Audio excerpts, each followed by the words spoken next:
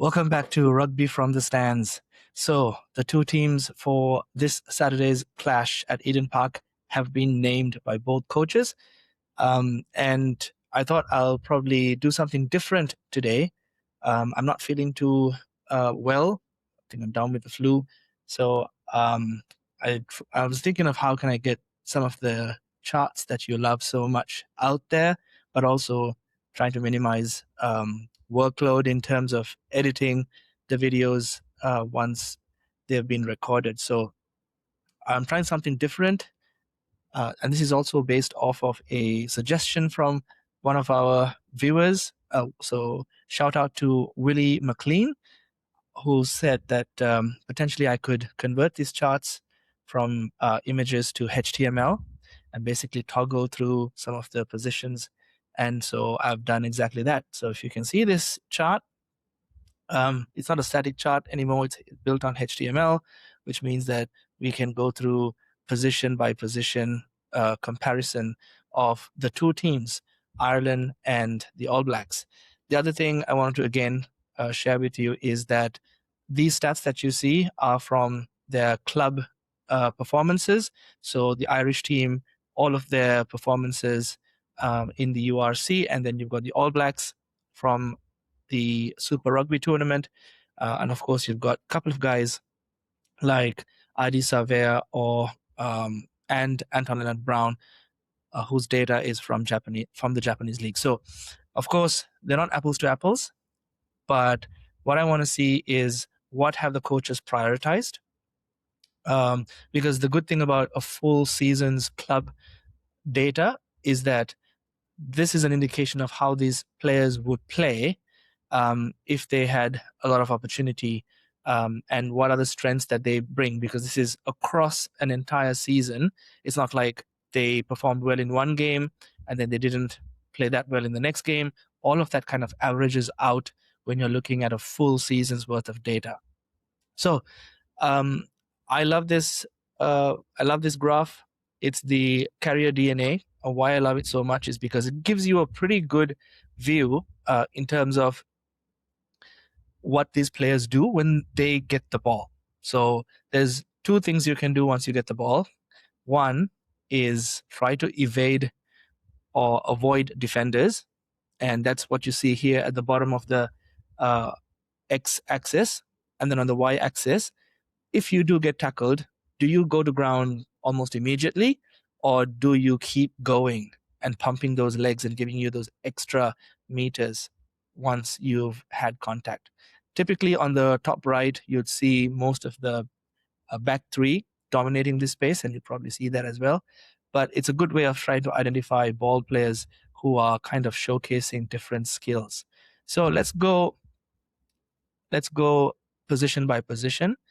Let's look at our props. Clearly, the All Blacks have some interesting ball carriers, especially in the front row. Numia, he carries a lot. He'll give you a lot of defenders beaten, and he'll also get you lots of post-contact meters as well. So it's going to be interesting to see how he would do it. Oh, sorry, let me just add hookers in there as well so that we'll get a better picture in terms of the front row. So as you can see, the All Blacks have some absolutely outstanding ball carriers in Aumo and Numia. The Irish have Sheehan and Furlong, especially Sheehan. He'll give you more post-contact meters, and he'll also beat defenders as well. Stewart is also another player who gives you both, but they've not been named in the squad, so that's why you see that triangle with the green outline and the white fill.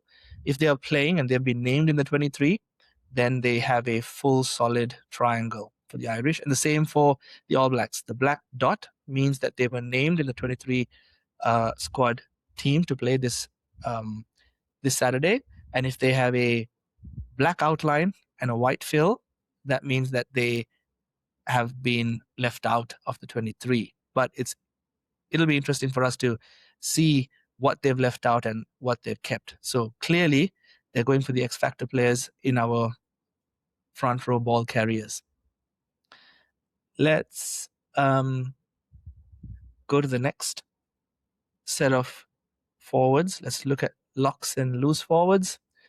Again, clearly, as you can see here, New Zealand have a greater carrying depth, across the selected loose forwards. Savea, Segner, Lakai, all of them, they have above median defenders beaten, and they also give you quite a decent amount of post-contact meters per carry as well. For Ireland, you can see Jack Conan is pretty solid. Doris is pretty solid as well, but he's not being named in the 23. He's out for the Nations Championship July leg anyway. And then you got McCarthy and Kian Prendergast as well. And Jensen and Nick Timoney are also up there for the Irish. But again, the All Blacks relatively across the board have a better carrier profile in the locks and loose forward set of forwards. Now let's look at our halfbacks. So scrum half and fly halves. Love, Ratima, again, they'll give you lots of post-contact meters per carry. They'll also avoid quite a bit of defenders as well. As you can see here, Roy Gard also kind of edges the defenders beaten numbers. But for Ireland, they've got Frawley, Jamison Gibson Park, again, up there with the complete carrier quadrant.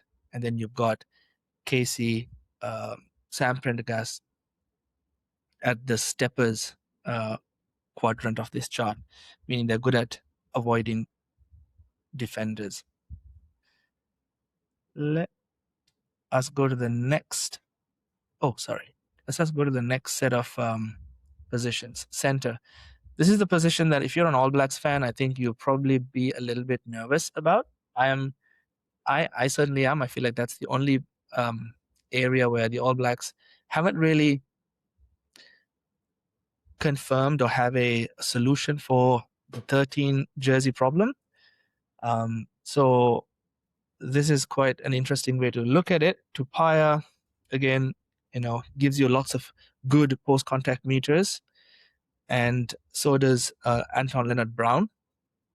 Jordie Barrett clearly is not much of a post-contact meters kind of guy, but he'll get you a lot of defenders, decent amount of defenders beaten, and he's also usually plays the distributor role as well. So I think we have a decent number here. The only thing is, as you might notice, Tom O'Brien. Is it Tom O'Brien? I think so.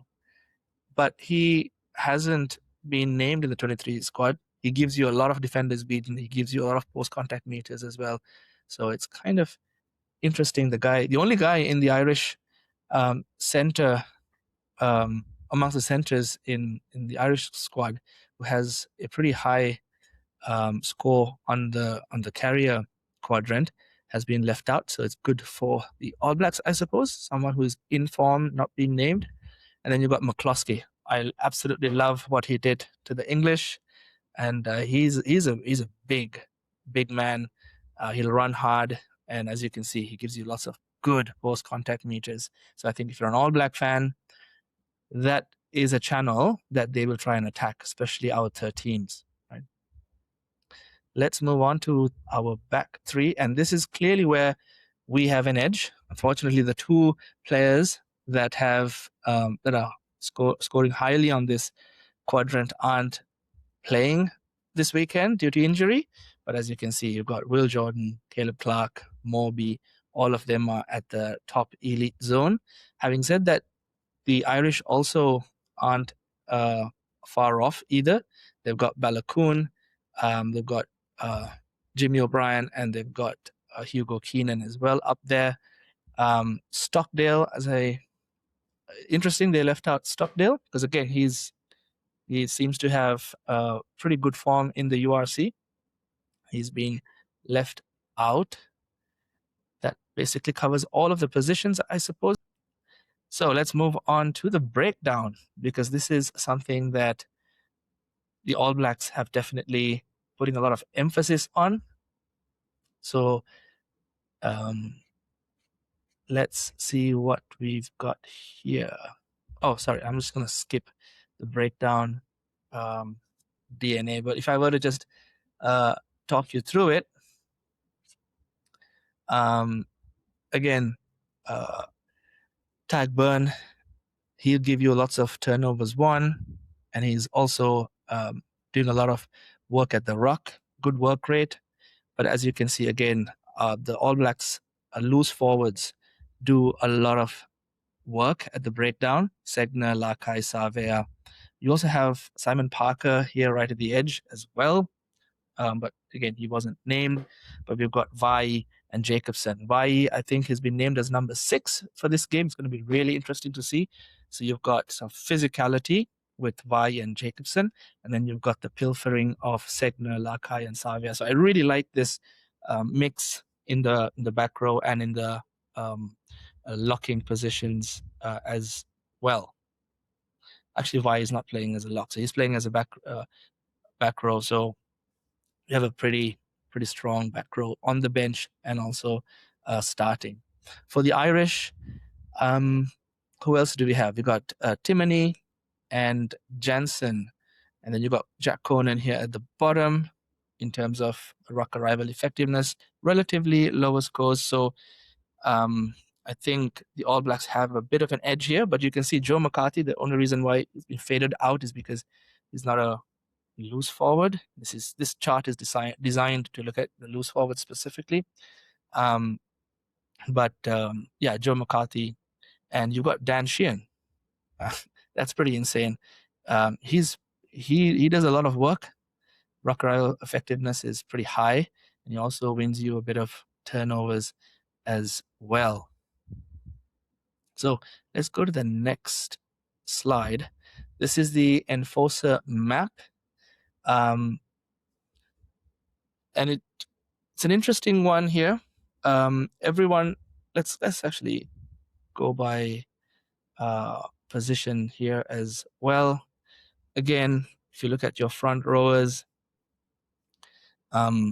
Kelleher for the Irish looks pretty strong. Again, sorry, I should probably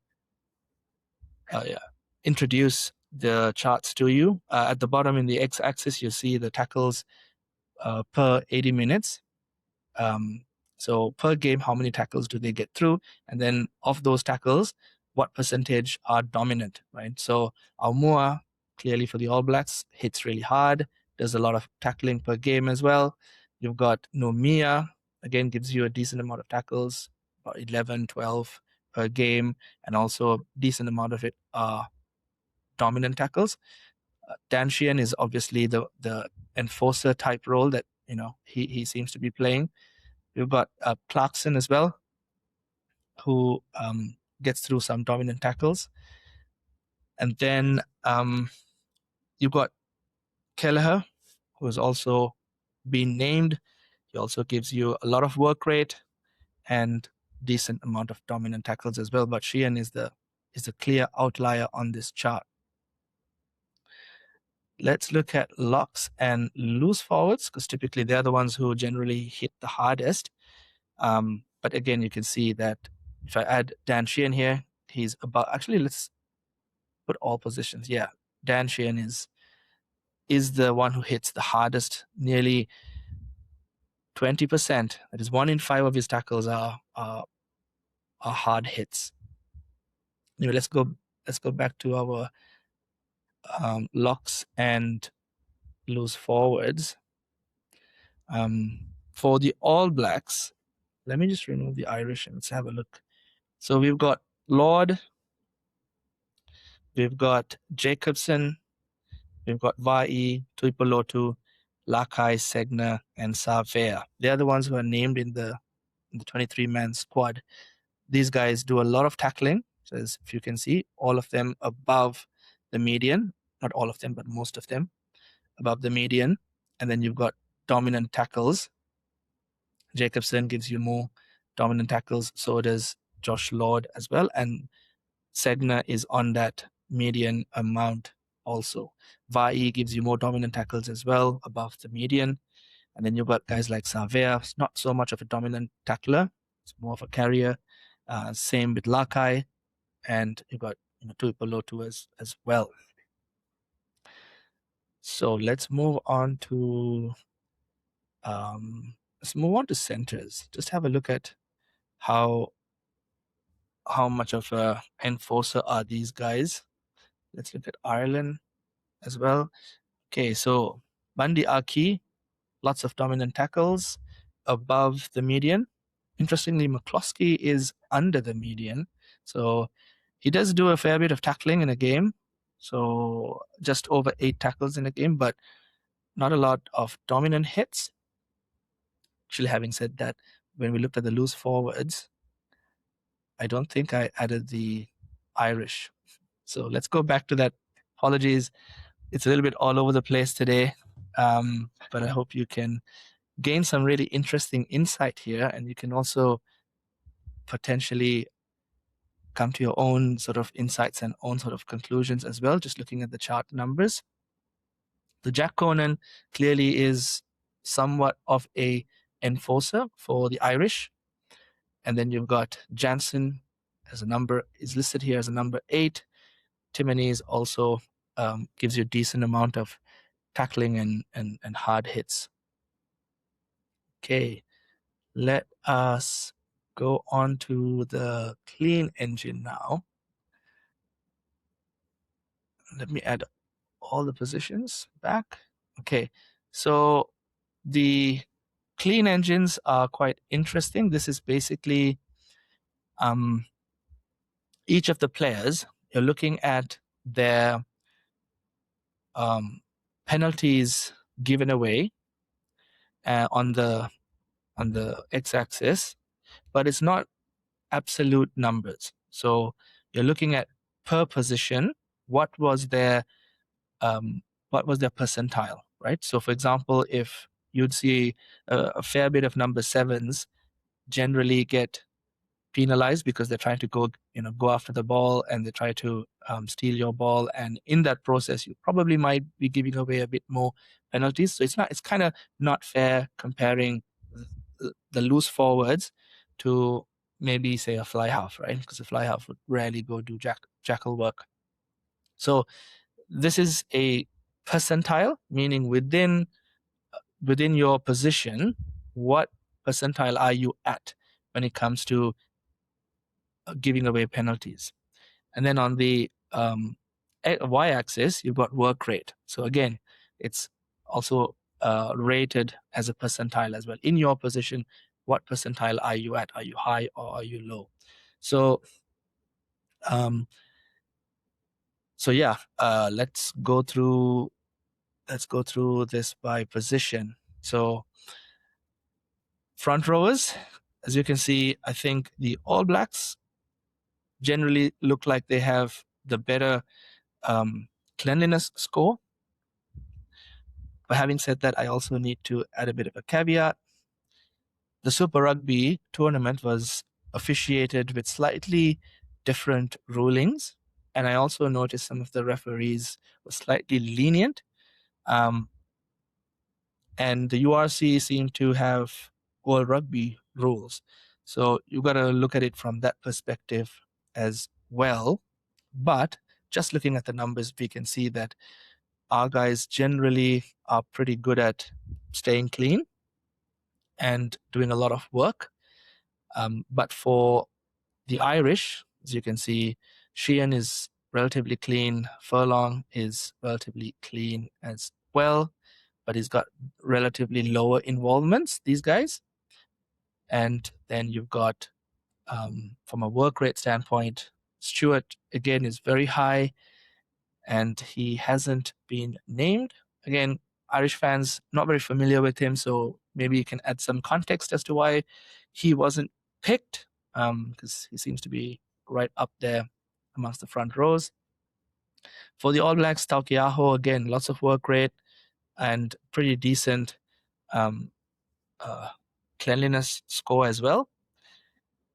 But the team that have been named, all of them look pretty decent. For the Irish, you've got Kelleher, O'Toole, you've got Clarkson. So these guys, I think if I were the All Blacks probably try and force them to to give away penalties and just hit those breakdowns really hard. Let's look at locks and loose forwards now. So again, Jack Conan clearly is right at the top. Nick Timoney, Izuchuku and Dara Murray seem to be pretty high up there as well, but Izuchuku and Dara Murray haven't been named. Doris is up there as well, but he's not playing. But they do have Conan, they do have Timoney, and they do have Jansen, and also Kian Prendergast is playing. There's McCarthy, and there is Van der Vleer, and Ryan and Byrne as well. But again, overall, I feel like the All Blacks have a few more players within that clean engine quadrant. Okay, let's go to halfbacks and fly halves. Again, yeah, Roygaard, Ratima, pretty decent. Gibson Park, Pendergast, Frawley, reasonably clean. Casey seems to be giving away a bit of penalties. So that's a bit interesting to note. So yeah, Love, yeah, he's at the 80th percentile, but he has been kind of unlucky the first couple of games. That's not captured in this data set, obviously. So this is purely Super Rugby. Then let's go over to our centers. So Jordie Barrett, again, very, very clean, lots of work rate. Proctor gives you a decent amount of work rate as well and is also relatively clean. We've got Tupaya and Lienert-Brown. Again, reasonably good work rate, but not the most cleanest. I suspect it's because they try to go after the Jackal as well, and probably mistime it. McCloskey, Aki, again, these guys give you a decent amount of work rate, but cleanliness is not their strongest suit. What else do we got? So let's go into the back three. Wow. Will Jordan right at the top right. Mackenzie, again, in that clean engine set of players. You've got Morby and Caleb Clark. For some reason, he's giving away penalties, I suspect. Morby, again, is mid-range, I guess. And then you've got Hugo Keenan and Jimmy O'Brien and Robert Balakoon, also pretty decent scores there. Lots of work rate and also reasonably clean. Okay, let us go to next. Where are we going? The Jackal ROI. So over here, let's put all positions and let's again go by positions, right? So here we are looking at something slightly different. We are looking at not work rate versus discipline. We are looking at turnovers won versus discipline. So if you're giving away penalties, then at least can you get us turnover ball, right? Interestingly, De Groot, he's been, getting us some turnovers. It's quite interesting. Moore, very clean, decent amount of turnovers. Cody Taylor, quite clean, below the median in terms of turnovers won, but still very close to median. Fletcher Newell, not so much of a turnover Jackal threat, but again, he's also giving away a bit of penalties. Then for the Irish, we have Sheehan, Kelleher, Furlong, and then again, Stewart is up there, but he has not been named. And yeah, those are our front rows. Let's look at locks and loose forwards. Again, decent amount of turnovers, 1 per 80 minutes for Segner, Lakai, Savea. All three of them are playing. Jacobson, Vai as well, slightly above. And you've got Nick Timoney, who is definitely someone who, has good discipline, but also gets you a bit of turnovers. And then the turnover king, I think, on this slide is Tyburn. Clearly gets you almost, I would say, 2 turnovers per game, which is pretty insane. And obviously, is well known for that. So expect Tyburn to be a bit of a menace at the breakdown on Saturday. So any jacklers amongst the halfbacks? Interestingly, I wasn't expecting to see anyone here, but yeah, it's interesting to see Ratima and Roygard also getting us a bit of turnovers. Interesting. Casey and Gibson Park at the bottom, lots of work, very clean, and not so many turnovers. One. Fly halves, I think they're all at the same levels, but Sam Prendergast and Frawley have slightly higher numbers of turnovers won in their season. Love also seems to have a couple. Then let's go on to our centers. I would expect our centers to have a few turnovers won, because modern center also contributes to the team through jackling as well. And clearly you've got Tupaya, who is right up there with the most number of turnovers won amongst the centers. You've got Geordie Barrett, not much of a turnover king, but he is quite disciplined. Lienert-Brown is kind of in that median range of turnovers won and discipline. For the Irish, McCloskey above the median for turnovers won, same as Aki as well. And then you've got Gary Ringrose, very clean, below the median of turnovers won. To be fair, it's a really great arsenal to have in your toolbox if you're a center, but it's not your main responsibility. So if someone's under the median, it's not terribly bad.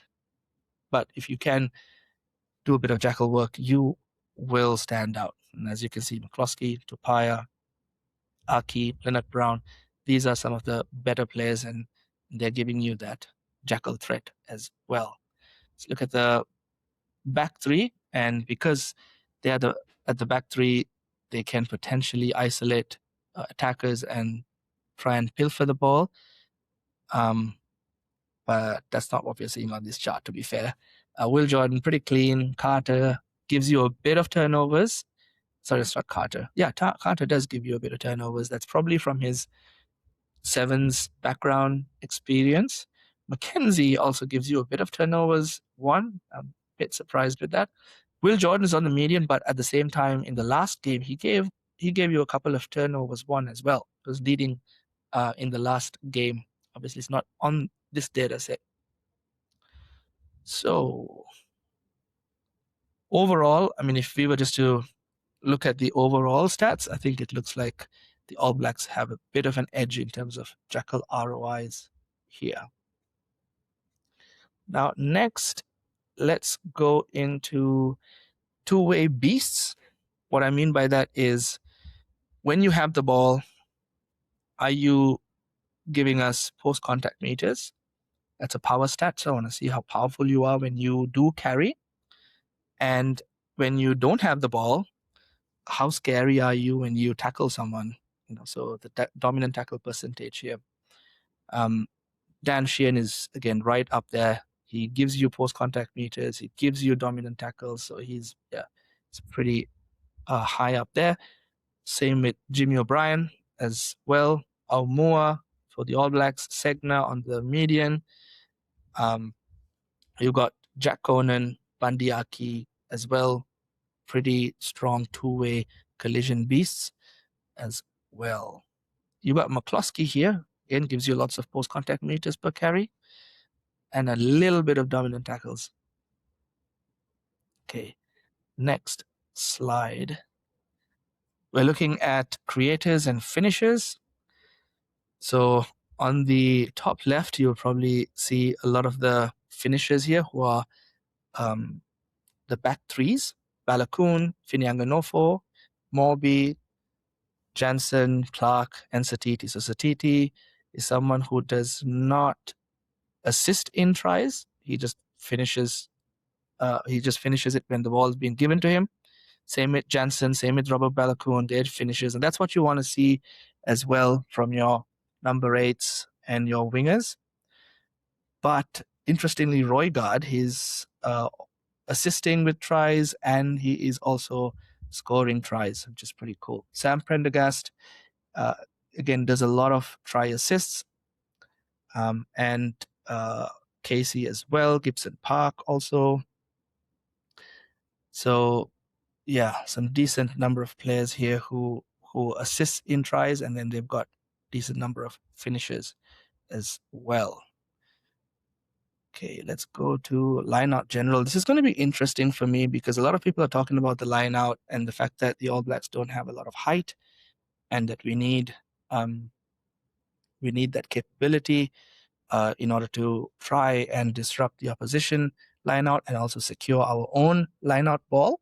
So if you look at this chart, which is basically looking at lineout takes per 80, are you someone who is good at being your own ball target versus how many of the opposition ball are you good at stealing?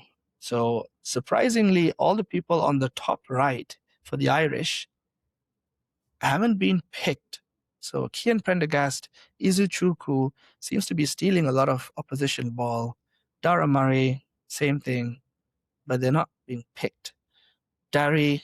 Sam Darry and Jamie Hanna do the same for the Super Rugby teams, but again, they have not been picked. So we've got Wai. We know what Wai can do. He's pretty good at stealing ball as well. Wasn't so many in Super Rugby this season, but we know he's good at reading lineouts of the opposition. Tuipolotu has also won a few of the opposition ball. And for the Irish, you got Ryan, you got Byrne, you got McCarthy, and Conan. Not so much of stealings, but he's on the median when it comes to lineout takes. For the All Blacks, it's interesting. Again, Segner, lots of own ball takes, even though he's a loose forward. And then you've got Lord as well, who is a safe pair of hands when it comes to an own ball target.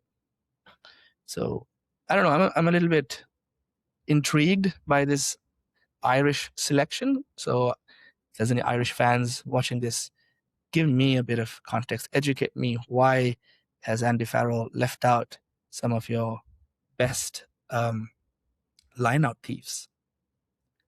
Okay, let's go into triple threats. And here, if you're looking, we're basically honing on the fly halves. We've got Love. We've got Sam Prendergast. Again, Sam Prendergast creates a lot of opportunity for others. He is involved in lots of try assists. As you can see, he's right at the top on that quadrant. Not so much of a carrier, but he does kick a lot. So his triangle is pretty thick and big. Love, on the other hand, he's more of a all-rounder. I could say that. He will beat defenders, and he can also assist in tries, which is pretty cool. Frawley is at the bottom. He can beat defenders, but still slightly below the median. And he has fewer try assists per game. Again, I wonder whether it's because he didn't get a lot of game time for Leinster. But so yeah, Sam Prendergast is clearly ahead on this chart. And so this is the final summary of Ireland's strengths and weaknesses. So let me have a quick look at my notes. So let's note down how many 1, 2, 3, 4, 5, 6, 7, 8, 9 categories that we looked at, and we're looking at the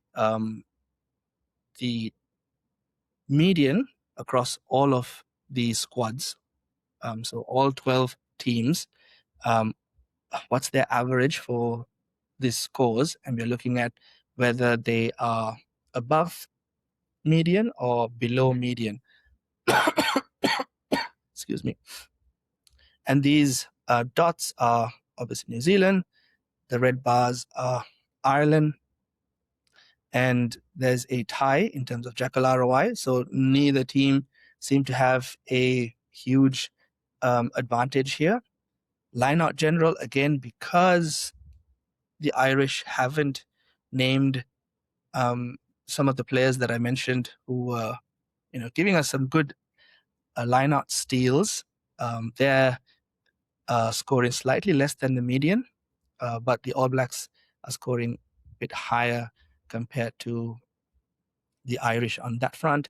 Clean engine, again, the All Blacks are above the median, whereas the Irish are below it. Carrier DNA, this and the triple threats and also the breakdown DNA, clearly above median for the All Blacks, and the Irish are below median. So two-way contact beasts, both teams don't seem to have massive amount of hard hitters. And again, in terms of enforcers, even though the All Blacks are edging the Irish, they are still not above the median numbers. So based off of this stats and looking at each team's players and their club rugby season, it does look like the All Blacks have a bit of an edge. They have players who are scoring quite highly on all 9 of these metrics. So the All Blacks definitely have a bit of an edge. But having said that, as I mentioned before, these are club rugby stats, and they are obviously it's not a like for like. You see how the South Africans, the players play in club rugby tournaments versus how they play for the Springboks. Once they don the Springboks jersey, things change. So potentially when the Irish, when they all come together and they wear their is it the shamrock color, or is that the right term for the color of their jersey? Guys, Irish fans, please correct me in the comments. But when they wear their Irish jersey, I think they probably play a lot better. And obviously Andy Farrell is a guy who can get the most out of his team as well. So, but what was interesting is, again, for me, at least I see that the midfielders are going to be key for the Irish, because that's one area where the All Blacks are a little bit weak at. But it's going to be interesting to see how the loose forwards go about their work. The All Blacks will want to play fast, give some lightning quick ball for the backs, and then the Irish will want to try and slow that down, and that seems to be where the game's going to be either won or lost. In terms of lineouts, I think the Irish lineouts haven't gone that well. So if the All Blacks can steal some of their lineout ball, disrupt the Irish flow, I think the All Blacks have this in the bag, is what I'm going to predict. Although I've always got predictions wrong. So I don't want to add my jinx to my beloved All Blacks, but just looking at the data, the All Blacks are scoring a little bit highly compared to the Irish. Okay, so that's a bit of a summary. Again, I'm really sorry I sound pretty awful. I am not feeling 100%. I wanted to keep the editing work as low as possible, and that's why I went with this format. I really hope you're still able to gain some interesting information. Share some of your questions in the comments. Share your predictions as well, and please do hit like and subscribe to the channel. That really helps us a lot as well. And with that, I shall see you after the game.